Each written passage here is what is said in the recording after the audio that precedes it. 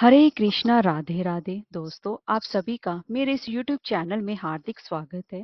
दोस्तों, आज मैं आपको कार्तिक मास महात्म का 21वां अध्याय श्रवण करवा रही हूँ। इसके पहले के 20 अध्याय मेरे चैनल पर अपलोड है, आप वहां पर जाके श्रवण कर सकती हैं। और इसी के साथ साथ मैं आपको कार्तिक मास स्नान की कहानी भी सुनाऊंगी। तो चलिए वीडियो शुरू करते हैं।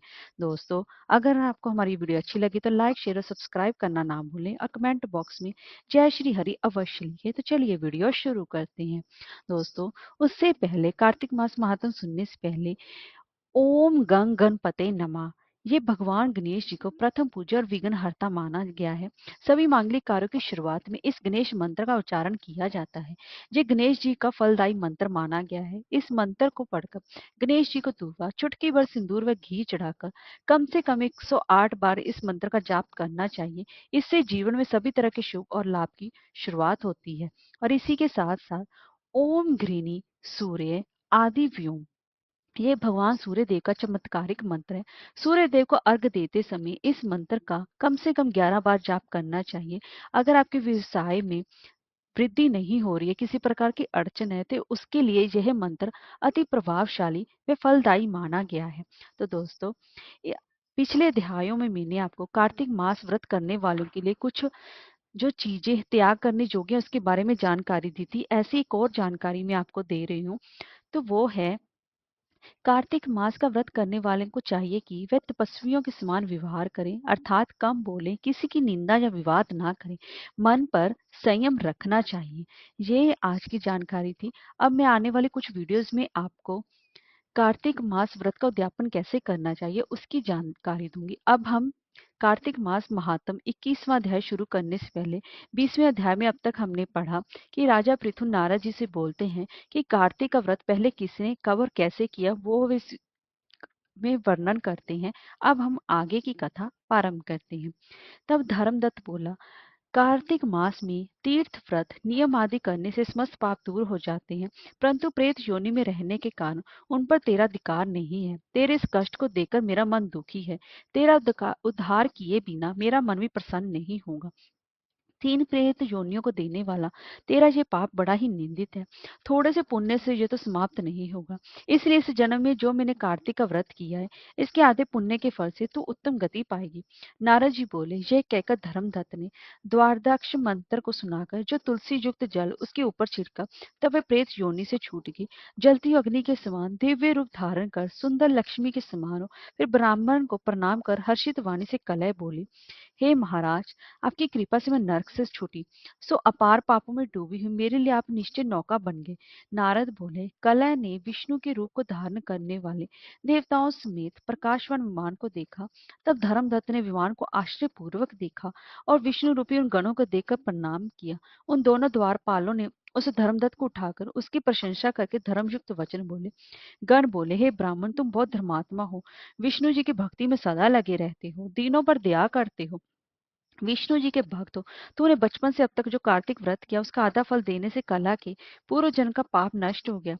तुम्हारे स्नान के फल देने से इसके पूर्व जन्मों के पाप मिटे और हरि का जागरण आदि करने से ये विमान मिला जहाँ अनेक प्रकार के भोग हैं, ऐसे बैकुंठ को जा रहा है। तुमने कार्तिक में दीप दान किया था, इससे इसे तेज मिला। तुलसी के पूजन से और कार्तिक के व्रत से जो तुमने इसको पुण्य दिया था, इसलिए मोक्ष पाकर ये विष्णु जी के पास जाती है और तुम भी इस जन्म के अंत में स्त्रियों सहित बैकुंठ को आओगे तथा बैकुंठ में भगवान विष्णु की सारूपता मुक्ति को भी पाओगे, जिसका नाम लेने मात्र से मनुष्य सदगति को प्राप्त करते हैं। जैसे ग्रास से पकड़ा हुआ हाथी मुक्त तो भगवान के समीप गया और उनका गण कहलाया, तुमने विष्णु भगवान की जो पूजा की है, सो कई हजार वर्ष तक दोनों स्त्रियों सहित भगवान के चरणों में निवास करोगे। जब पुण्य क्षीण होने पर पृथ्वी पर आकर सूर्य वंश में प्रसिद्ध राजा दशरथ कहलाओगे, ये दोनों स्त्रियां तुम्हारे साथ होंगी। और तीसरी ये कलह आधे पुण्य की अधिकारनी, ये भी तुम्हारे साथ रहेगी। वहां भी विष्णु भगवान तुम्हारे समीप रहेंगे और तुम्हारे पुत्र होकर देवताओं का कार्य करेंगे। तुम्हारे इस कार्तिक व्रत से उत्तम कोई भी तीर्थ नहीं है। तब उसके बाद श्री विष्णु गण बोले, हे द्विज इतिहास समेत हम प्राचीन बात कहते हैं, उसे ध्यान पूर्वक सुनो। कांचीपुरी में चौल नामक एक चक्रवर्ती राजा था। उसके ही नाम से चौल देश प्रसिद्ध था। उसके राज्य में कोई भी आदमी दुखी, पापी, गरीब और रोगी नहीं था। एक समय वह राजा अनंत शयन नाम स्थान को गया, जहाँ की योग माया के साथ भगवान श्री हरि शेषैया पर शयन करती हैं। वहां लक्ष्मी ने पति भगवान का मणियों और सुंदर स्वन के फूलों से पूजन किया। पृथ्वी पर राजा प्रणाम करके वहीं पर बैठ गया। तब हाथ में तुलसी और जल लिए कांचीपुरी में रहने वाले श्री हरि सूक्त मंत्र इत्यादि से भगवान को स्नान कराया और तुलसी दल में मंजरी से उनका पूजन अर्चन किया। भगवान के ऊपर ब्राह्मण के तुलसी पत्थर चढ़ाने से राजा की पूजा के रतन ढक गए। और ये देखकर राजा क्रोधित होकर बोला, भगवान की माणिक और स्वर्ण से मेरी पूजा को श्री विष्णुदास तुमने तुलसी पत्रों से क्यों ढक दिया? तू श्री विष्णु पूजा नहीं जानता है? ये मैं जानता हूँ, तो ढोंगी है जो अत्यंत सुंदर पूजा को ढक रहा है। तब वह ब्राह्मण राजा के गौरव को ना मानकर बोला, हे राजा, तू पूजा करना नहीं जानता, तुझे लक्ष्मी का घमंड है। विष्णुदास जी की बात सुनकर और राजा हंसकर गर्वयुक्त वचन कहने लगा, ब्राह्मण, यदि तू भक्ति का गर्व करता है, बता मुझ दरिद्री की भक्ति कितनी है। श्री हरि को प्रसन्न करने वाले यज्ञ दान आदि तूने नहीं किए और पहले तेने कोई मंदिर भी नहीं बनाया है, तब भी तुझे भक्ति का घमंड है। अब सभी ब्राह्मण मेरे वचनों को सुने और सब देखते रहो कि श्री विष्णु भगवान साक्षात दर्शन मुझे देंगे या इसको, तब हमारी भक्ति मालूम हो जाएगी।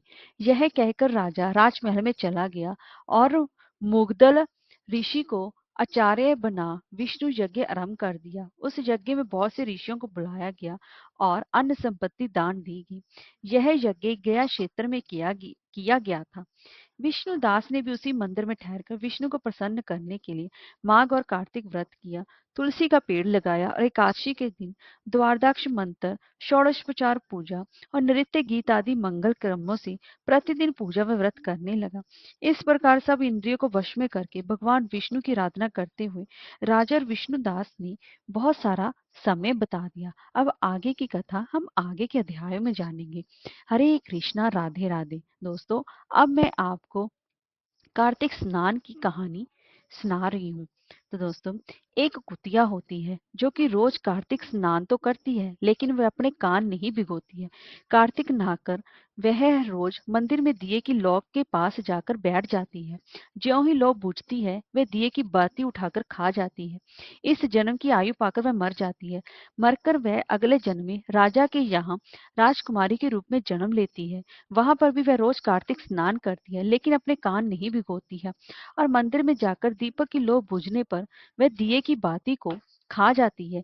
इस प्रकार राजकुमारी बड़ी होने लगी। एक दिन राजा ने सोचा कि मेरी बेटी बड़ी हो गई है, उसकी शादी अब कर देनी चाहिए। राजा ने अपने पड़ोसी राजा के राजकुमार से अपनी बेटी की शादी कर दी।